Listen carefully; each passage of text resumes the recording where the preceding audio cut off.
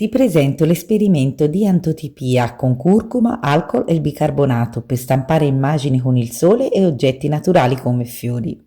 È un bellissimo progetto artistico-scientifico che unisce chimica, botanica e fotografia alternativa. Ti guido passo passo su come Ci realizzarlo. serviranno dei fiori, un foglio di carta da acquerello, quindi almeno 300 grammi, meglio se di cotone, un pennello, una lastra di vetro, un contenitore, 2 cucchiai, uno più piccolo e uno più grande, del bicarbonato solvè, della curcuma e dell'alcol.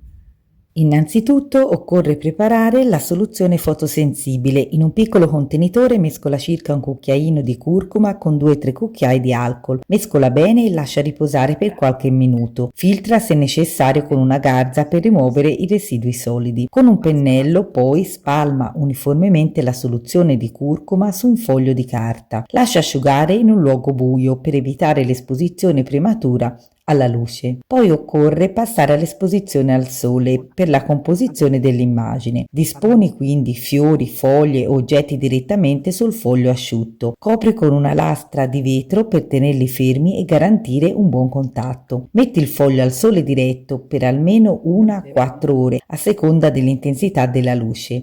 Le aree esposte scoloriscono mentre quelle coperte restano più scure. Poi passiamo allo sviluppo dell'immagine che avviene con bicarbonato. Sciogli un cucchiaio di bicarbonato in un bicchiere d'acqua, immergi delicatamente il foglio oppure tamponalo con una spugna imbevuta, dopo aver rimosso il vetro e i fiori sottostanti. Il bicarbonato reagisce con la curcuma facendo virare il colore verso il rosso bruno marrone scuro nelle zone coperte, creando un contrasto. Ricordati che la stampa non è permanente, con il tempo e la luce può svanire. Puoi digitalizzarla con uno scanner per conservarla oppure per aumentare la durata puoi conservarla al buio o applicare anche uno spray protettivo per raggi ultravioletti. Prova limone al posto del bicarbonato per viraggi diversi. Puoi divertirti poi ad aggiungere dettagli con un pennarellino magari marrone e fare una cornice come ho fatto anche io. Ciao ciao!